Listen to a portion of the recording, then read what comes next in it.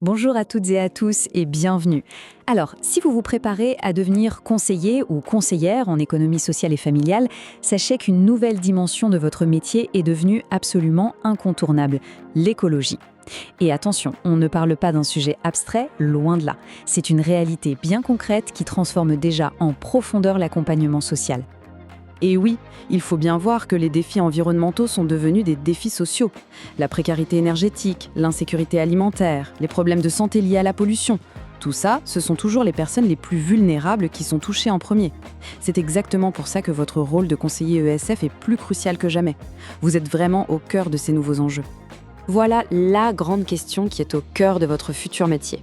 Comment est-ce qu'on passe des grands principes un peu théoriques à une pratique de tous les jours pour vraiment aider les familles ? Eh bien, c'est exactement ce qu'on va décortiquer ensemble aujourd'hui. Allez, on attaque notre première partie. Le changement climatique, ça peut parfois sembler être un problème immense, lointain, global.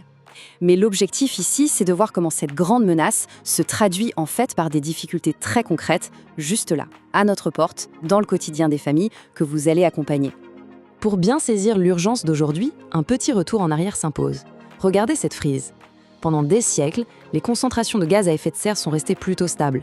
Et puis, tout d'un coup, avec la révolution industrielle, la courbe s'envole.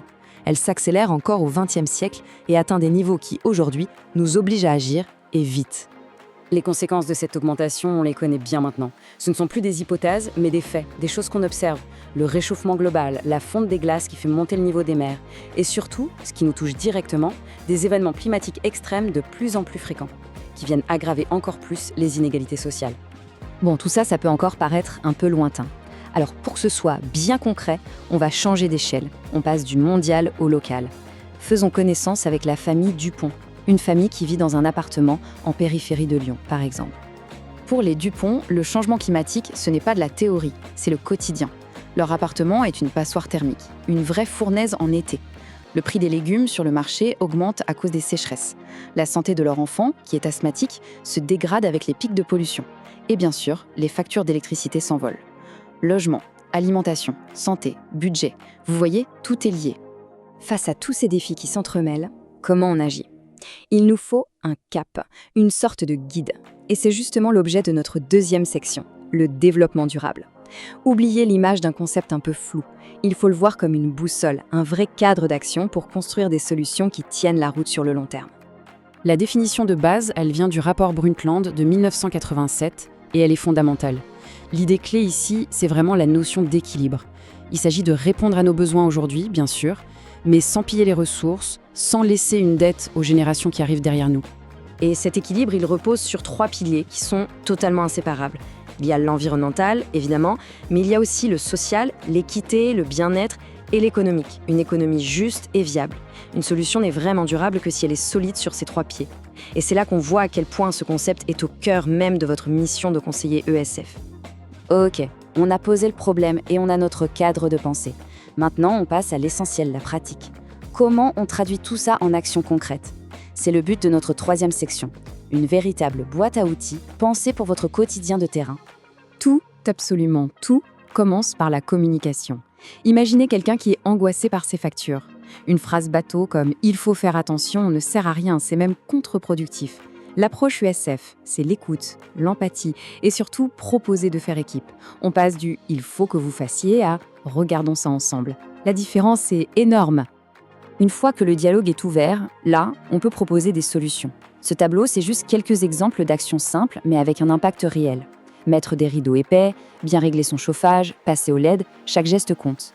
Et ce qui est génial, c'est que ça joue sur le budget, sur le confort de la famille et bien sûr sur l'environnement. Autre gros morceau de notre boîte à outils, la gestion des déchets. Pour beaucoup de familles, c'est une source de stress, on ne sait pas toujours comment bien faire. Pour y voir plus clair, prenons maintenant l'exemple de la famille Martin. Le secret, en fait, c'est de rendre les choses simples. On peut tout décomposer en 4 étapes logiques. D'abord, on vérifie les règles de sa commune. Ensuite, on s'organise un petit coin tri pratique dans la cuisine. On prend le réflexe de vider les emballages. Et enfin, on valorise les déchets organiques. Le compostage seul, tenez-vous bien, ça peut réduire le poids de la poubelle de presque 1/3. C'est énorme. Mais le plus intéressant, et c'est là que votre rôle est clé, c'est de comprendre que le déchet le plus facile à gérer, c'est celui qu'on ne produit pas. N'est-ce pas ? Il faut donc aussi sensibiliser à la prévention. Réduire, réutiliser, réparer, avant même de penser à jeter. C'est un vrai changement de mentalité. On arrive au dernier outil de notre boîte, et pas des moindres, nos choix de consommation au quotidien. Parce que finalement, chaque achat, c'est un peu comme un bulletin de vote. Voyons comment la famille Lecœur, bien accompagnée, a pu transformer ses habitudes. Faire ses courses de manière responsable, c'est un peu comme avoir une checklist dans la tête. D'où vient ce produit? Quel est son emballage? Est-ce qu'il y a un label fiable dessus? Est-ce qu'il est fait pour durer? Aider les familles à se poser ces questions, c'est leur redonner un pouvoir immense sur leur consommation. Et bien sûr, cette logique, elle va bien au-delà du supermarché. Elle s'applique à nos transports, à nos loisirs, à nos vacances. Tout a un impact. Le point vraiment important à retenir, c'est que très souvent, les choix plus écologiques sont aussi plus économiques et meilleurs pour le bien-être. C'est un vrai cercle vertueux. Pour conclure, on voit bien que le rôle du conseiller ESF est en pleine évolution.